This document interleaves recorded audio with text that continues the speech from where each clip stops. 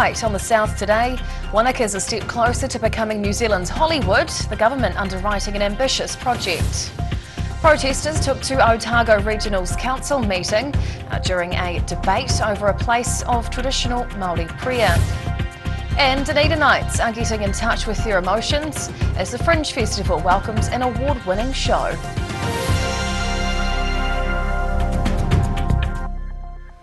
Kia ora, good evening, I'm Hannah Wilkins. The construction of an ambitious film studio and backlot facility in Wanaka came another step closer to reality today. Regional Development Minister Kiritapu Allen announced a government funding guarantee for the project at a press event in Cromwell.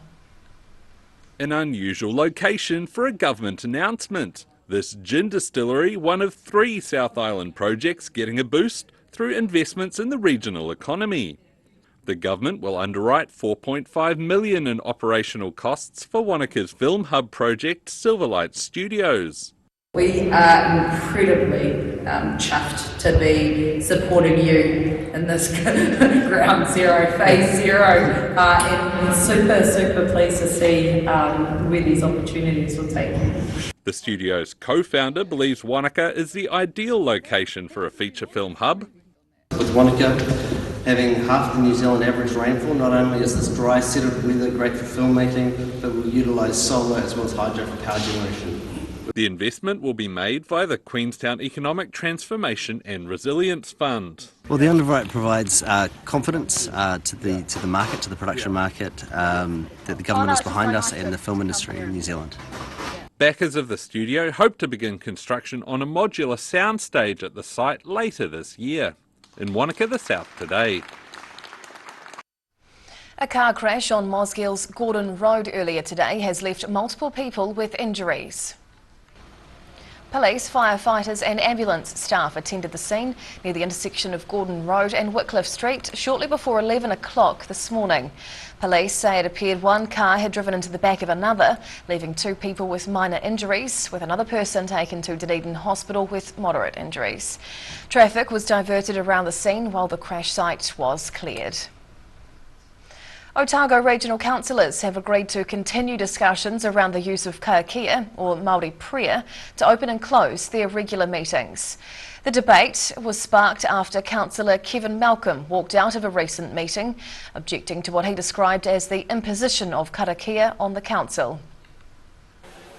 This small group of protesters standing in solidarity outside the Otago Regional Council's temporary meeting rooms with the message "Honour Te Tiriti." Councillor Kevin Malcolm walked out of a meeting earlier this month, claiming at the time the use of karakia to open ORC meetings was being imposed on the council with no prior discussion. But protesters saw the walkout as a step backwards. Quite disheartening for tangata whenua and for mana whenua to see things expressed like this and having all the media attention around it. Current standing orders at the ORC allow the chairperson discretion over opening and closing a meeting with a karakia, a protocol which has been embraced by current chair Gretchen Robertson. Yesterday's agenda included a paper opening up the topic for further discussion. We need to respect that there are people on so many different parts of the journey, and that if you and I want those people to steer that waka in the right direction, we have to use different methods. Kevin Malcolm joined most other councillors in accepting the discussion paper. However, Councillor Michael Laws was the sole objector, voting against the motion to note the paper, and maintains protocol changes are being imposed on the council. In Dunedin, the South Today. Competitors were talking double speed this week in Queenstown as almost 40 realtors from across Australasia pitted their skills against each other. The World Auctioneering Championships offers cash prizes to those with the gift of the gab, but it's also a chance for younger stars to learn. Talking fast as the prices climb. Competitors showing off their skills this week in Queenstown at the 4th LVD World Auctioneering Championships. The tournament ran from Sunday to Tuesday, spread across a variety of locations to stress test the skills of auctioneers in different environments.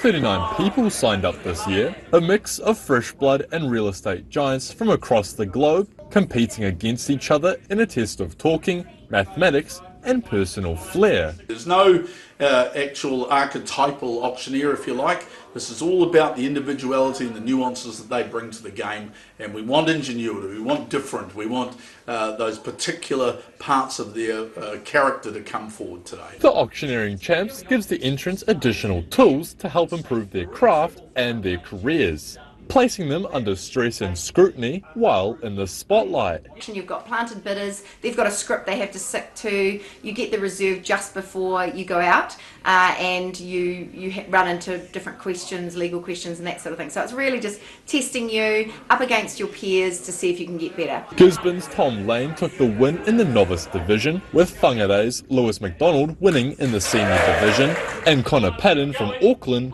claiming the open division for a 4th year in a row. In Queenstown, the South Today. Dunedin's Fringe Festival is into its final days with a wide variety of shows and experiences on offer. Actor Hamish Annan has created an interactive show with a difference, using his ability to display emotions physically to draw out reactions from members of his audience. Auckland performance artist Hamish Annan is bringing his unique award-winning performance to the Dunedin Fringe Festival. Access is a semi-interactive piece exploring a range of human emotions in an effort to get you to become vulnerable and really feel them. It's almost a mindful exercise in some ways, right? The invitation is to, rather than clench and hold and squeeze everything and not feel, is to kind of relax a little bit around it and let it move through you. Annan's taken his show across the country, winning the prestigious New Zealand Fringe Touring Award. Audience members get to choose the emotional dynamic they want to experience, with Annan using his body's physical responses to emotions to draw out a reaction. Uncomfortability is a part of this performance, right? Being able to sit inside an experience that maybe is kind of a bit confronting or a bit unusual or a bit uncommon. Reporter Tim Scott chose 3 different emotions for his preview experience, admitting surprise at not being able to fully control what he felt. It's up to audience members whether they get involved and immerse in the one-on-one aspect, but Scott believes no matter what level you choose, the production will still invoke emotions. If you're sitting by the sidelines, you're still going to be involved and still get to see the emotion on display. So whether you're sitting in the chair or sitting in the stands, you're still going to be just as much a part of it. Hamish Annan will perform Access over the next 3 nights at new cafe and art venue Yours in Upper Moray Place. In Dunedin, the South Today. Yakane, still to come on the South Today. Hundreds of Central Otago school children get competitive on the sports field in Alexandra, and McLaren's first female rally driver prepares to up the stakes when she returns home for an iconic local race.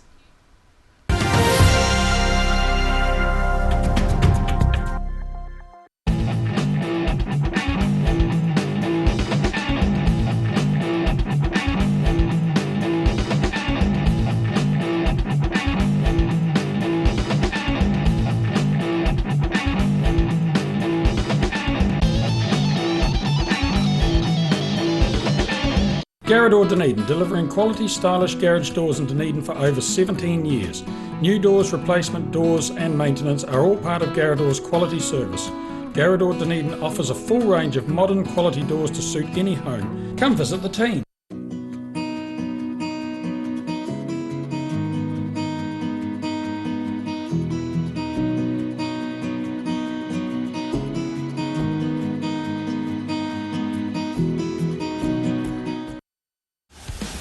Aero, used by Australia's top bowlers with their unique Z-scoop grip that redefines the game. Machined with robotics for unparalleled accuracy, Aero, same line, every time.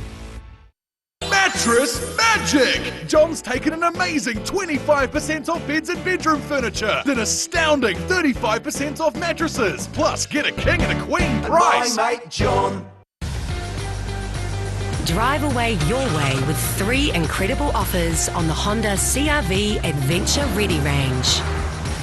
Choose from 2.9% finance with 0 deposit, third finance, or lease a new CR-V from just $136 per week.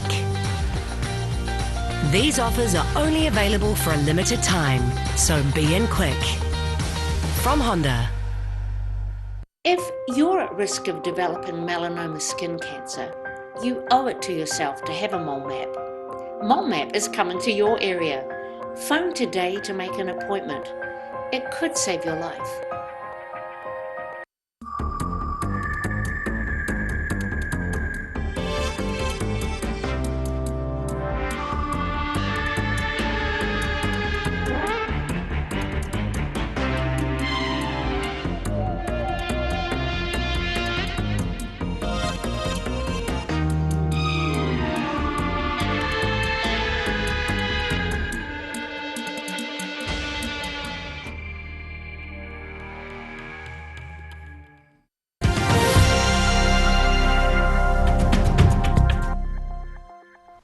Tēnā koe, welcome back. Hundreds of keen school children have been keeping active with a combined sports day in Alexandra, competing in a variety of sports. Kids were sprinting, jumping and showing their skills on the green grass. The Dunstan Zone Athletics Day was held at Alexandra's Molyneux Park, involving a number of schools from around the region. The children competed in a range of athletic events, including long jump, discus, shot put, hurdles, sprints, relays and high jump. Event coordinator Mike Dalgleish was pleased with the success of the event, which gets kids outside. All the teachers and all the parents and the barbecue people and the helpers and that, because that's what makes this day happen. I mean, it's, yeah, and they all run it, and just seeing the kids back into something now since COVID. It's good, some normality perhaps. Almost 400 school children took part in the Athletics Day, with the winners going on to compete at the Central Otago Athletic Championships at the end of the month. In Alexandra, the South Today. Dunedin-based international driver Emma Gilmore is preparing to up the stakes with plans to debut a Citroen C3 Rally 2 car at next month's Rally of Otago. Gilmore says it's incredibly exciting for her to be stepping into a factory-built full-spec WRC2 car. She was recently re-signed by McLaren's Extreme E team for the 2023 season and tested the Citroen last year. The C3 has a turbocharged 1600cc engine and runs a 5-speed sequential transmission. Emma Gilmore has also engaged Hayden Paddon's team Paddon Rally Sport to help run her Rally 2 car out of their Cromwell base. A musical instrument the size of a small chocolate bar can be played without even being touched. Well, it's being showcased in a special performance in Dunedin. A Dutch musician is travelling the country with his electronic device, which is a long way from his musical beginnings as a violinist. Waving his hands to create ethereal sounds and visuals. Dutch musician and composer Jan Baas Borlin is preparing to take the stage in Dunedin, alongside his unusual musical instrument, the hypertheremin. The small electronic gadget was originally used to control computer interfaces, but Borlin has recoded it for more musical purposes. And I'm always looking for new ways of controlling sound and image. And when this came out, I thought, I might have something there. The hypertheremin recognises precise hand movements, turning those physical actions into sound waves. The visual nature of playing the high-tech instrument helping him put on a good show. I'm a performer. I like to perform on stage. So sitting behind a laptop I find very uninspiring. And also, you know, just pressing keys, it's not a musical gesture. Borlin will be performing with the hypertheremin tonight at Otago Museum's Planetarium, ensuring a full 360-degree experience for all the senses. In Dunedin, the South Today. And now recapping tonight's top stories on the South Today.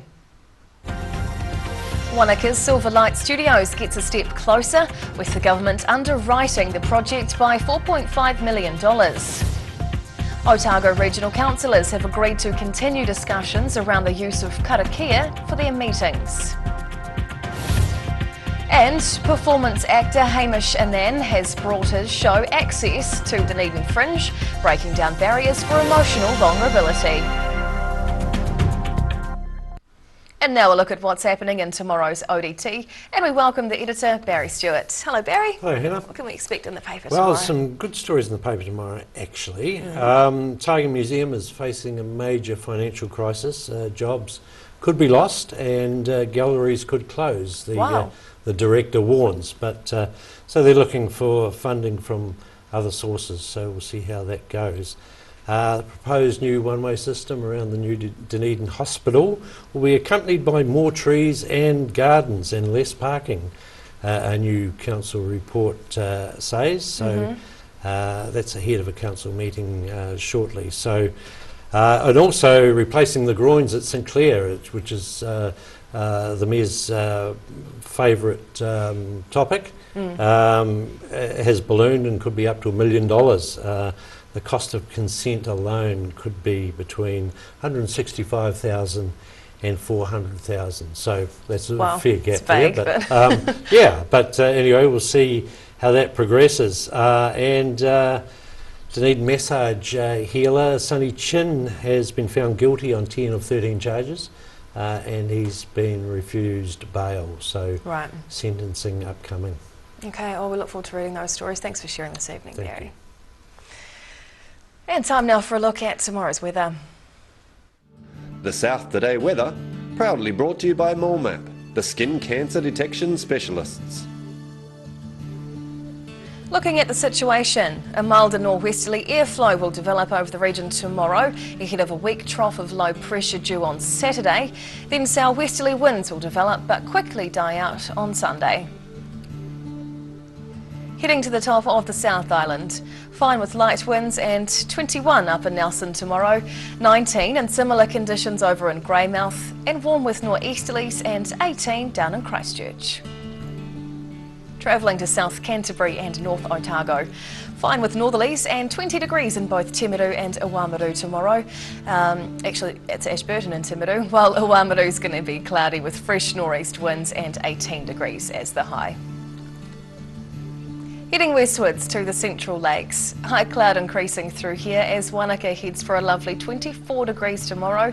Light winds over in Queenstown with 21 as the high, and Alexandra will be warm with 23 and a bit windy with a nor'westerly on the way. Heading further south, those fresh nor'westerlies we've just mentioned, well, they'll continue over here too, with both Gore and Balclutha heading for a cloudy high of 20, while the Catlins can expect some nor'easterlies and a top temperature of 17 degrees. And down to the deep south, well, fine tonight with a low of 8 degrees. A warm day on the way tomorrow with high cloud and 20 degrees before a spot of rain later at night. Saturday's looking cloudy with showers, cool southwesterlies and a drop in temperature as the high reaches 15 mid-weekend. And finally heading to Dunedin. Mostly cloudy tonight with northerlies and a low of 8. Friday's looking cloudy with a sunny afternoon, warm nor'easterlies, then some late showers. The high will be 17 degrees.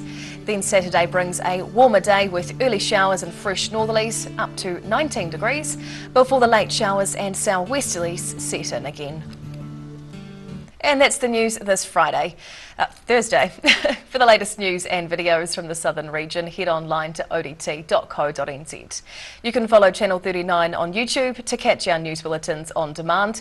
And you can also now follow us on Facebook. Just search for the South Today NZ to see our favourite stories from around the regions.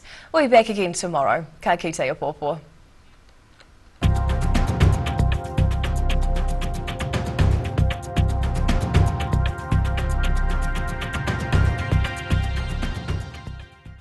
Public interest journalism funded through New Zealand On Air.